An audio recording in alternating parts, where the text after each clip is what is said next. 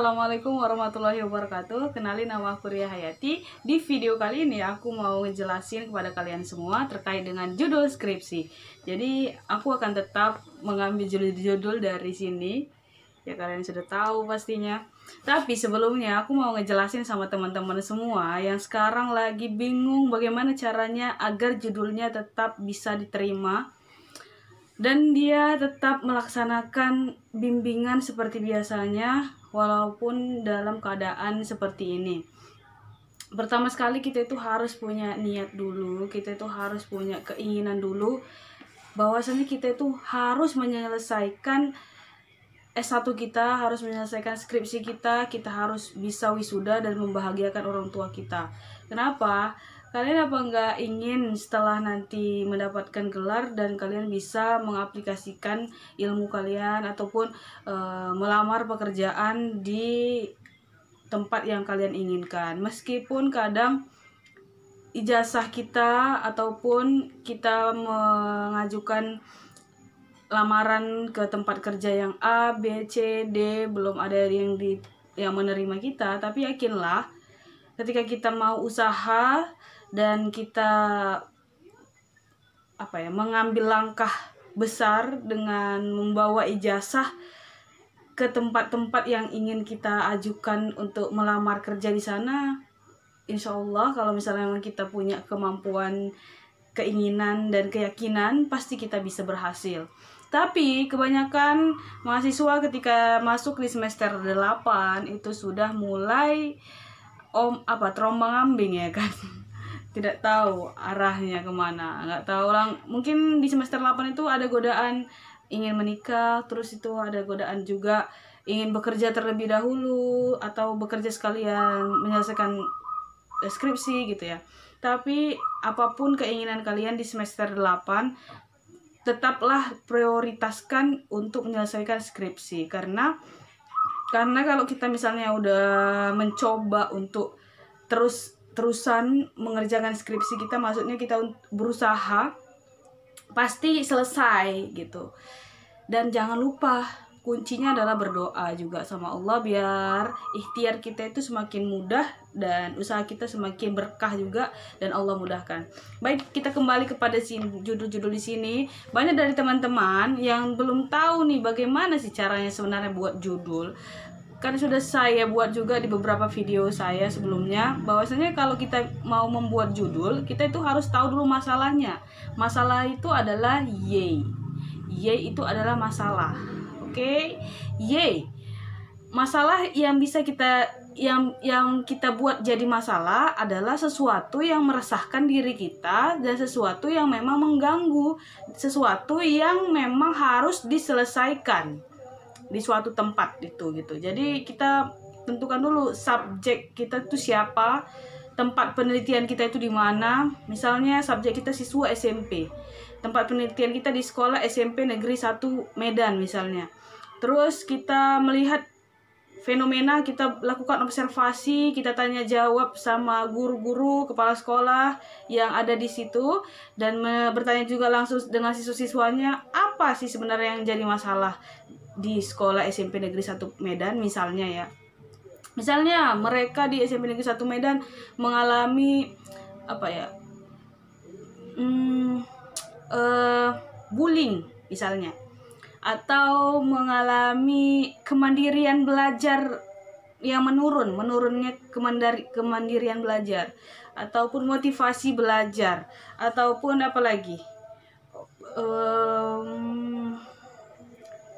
motivasi sudah, penyesuaian diri. Biasanya kalau penyesuaian diri itu di siswa kelas 7. Dulu aku pas S2 tuh kepengen melakukan penelitian tentang penyesuaian diri, tapi kalian sebenarnya bisa mengambil masalah atau Y-nya itu dari banyak aspek, banyak masalah seperti yang kita rasakan seperti saat sekarang ini. Misalnya kayak kita itu TOEIC, apa sih namanya? TOEIC itu kata-kata yang baru sekarang itu muncul, ataupun konseling online misalnya. Masalah apa lagi ya?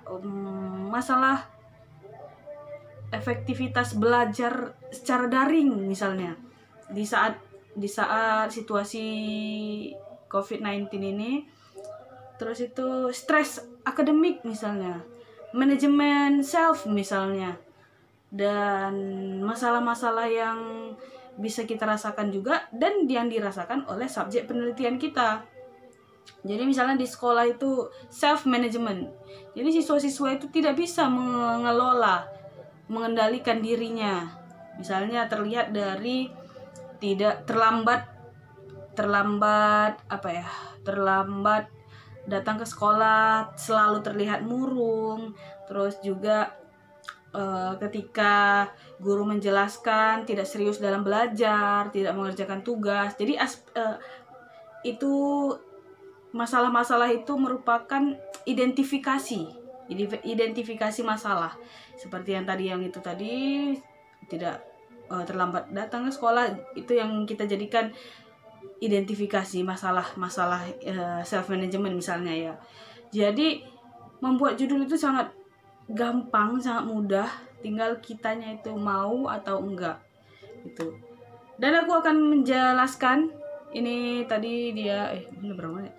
Ini yang pertama yaitu dari Ridwan Solin. Hai Ridwan Solin. Jadi judulnya adalah efektivitas layanan informasi dengan menggunakan CTL. CTL itu adalah Contextual Teaching and Learning untuk meningkatkan motivasi belajar siswa. Efektivitas layanan informasi dengan menggunakan CTL untuk meningkatkan motivasi belajar siswa. Masalahnya adalah motivasi belajar. Y-nya adalah motivasi belajar. Jadi di sini untuk meningkatkan motivasi belajar diperlukan layanan informasi menggunakan pendekatan CTL. CTL itu apa? Contextual Teaching dan Learning gitu. Apakah motivasi belajar siswa bisa meningkat dengan menggunakan pendekatan CTL? Mungkin saja bisa. Begitu ya. Paham ya sampai sini? Selanjutnya ada Kak Sartika Sari Zaid. Hai Kak Sartika. Judulnya adalah Hubungan Dukungan Teman Sebaya, Depresi dengan Penyesuaian Diri Mahasiswa Baru. Jadi di sini apakah berhubungan dukungan teman sebaya dan depresi dengan penyesuaian diri mahasiswa baru? Jadi yang jadi masalahnya itu Y-nya itu adalah penyesuaian diri. Udah. Yang dicari adalah itu dukungan teman sebaya dan depresi. Menurut aku kenapa dibuat depresi? Apakah depresi berkaitan dengan penyesuaian diri? Faktor-faktor dari penyesuaian diri adakah termasuk di dalamnya depresi? Apakah di dalam faktor-faktor penyesuaian diri termasuk di dalamnya dukungan teman sebaya? Mungkin kalau misalnya termasuk di dalamnya, judul ini bisa dibuat. Gitu ya. Selanjutnya adalah judul dari Berliantika Putri Azwir. Hai Berli. Judulnya adalah Efektivitas Layanan Penguasaan Konten Menggunakan Strategi Problem Solving dalam meningkatkan keterampilan belajar siswa. Jadi masalahnya di sini adalah keterampilan belajar siswa. Bagaimana caranya agar siswa itu terampil dalam belajar? Ini mungkin keterampilan belajar ini mungkin banyak sekali masalah ini yang ada di sekolah-sekolah. Tapi apakah hanya dengan terampil aja siswa itu harus dilakukan dengan terampil aja ke siswa itu, ataukah dengan cara yang lain bisa dibuat biar siswa-siswa kita terampil? Nah, di sini si Berliantika membuat layanan penguasaan konten menggunakan strategi problem solving, pemecahan masalah dalam meningkatkan keterampilan belajar siswa. Apakah keterampilan belajar siswa itu bisa meningkat? Itu tergantung dengan bagaimana penelitiannya di lapangan ya guys. Selanjutnya yaitu judul dari Bang Rahmat Fajri. Hai Bang Rahmat. Oke, judulnya adalah pencapaian karir dan prestasi anak dengan pola asuh orang tua otoriter. Maksudnya adalah, masalahnya di sini apa? Masalahnya bagaimana pengasuhan, bagaimana pola asuh orang tua otoriter dalam mencapai karir dan prestasi anak. Masalahnya adalah pola asuh orang tua otoriter. Jadi yang mau diteliti siapa, Pak? Yang mau diteliti adalah pola asuh orang tuanya. Apakah pencapaian karir itu dapat maksimal? Ataukah prestasi anak dapat juga maksimal dengan pola asuh orang tua otoriter? Tentu saja tidak ya. Kemungkinan tidak. Karena kalau misalnya mungkin ada beberapa orang, makanya itu mungkin bisa diteliti. Tapi apakah subjek penelitian orang tua yang otoriter ini ada? Berapa banyak gitu ya kan? Jangan kita buat aja judul orang tua otoriter misalnya. Apakah siapa itu orang tua otoriter? Bagaimana kriteria orang tua otoriter? Apakah memang ada di suatu sekolah itu? Gitu. Jadi kita membuat judul itu pun harus kita pertimbangkan. Kita lihat subjeknya, penelitian kita di mana, terus itu masalah itu apakah ada gitu ya.